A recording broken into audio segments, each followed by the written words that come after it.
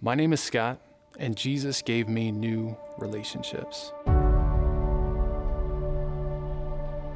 You know, growing up, I had a lot of trouble connecting in relationship.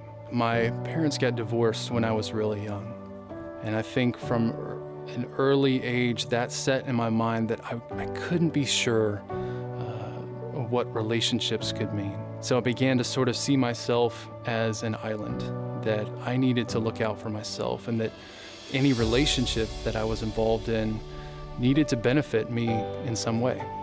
And ultimately, if things started to not go well, or if it became unclear what the value proposition of this relationship was, then I frankly couldn't see the purpose of it anymore. I couldn't see the need to stay in that relationship anymore.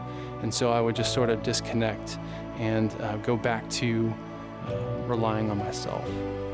And it was only after processing, even though I'd been a believer for a long time, reflecting on what God is doing in His people, what Jesus does when He comes into the life of a person.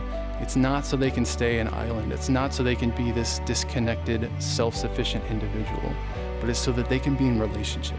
They can love and serve one another, that they can trust one another, that they can give themselves, give their lives, give their hurts, give their struggles, give their needs to one another.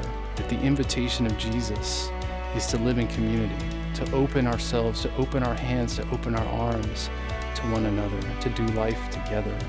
And so that was a pretty big shift for me to go from life as an individual to life in relationship.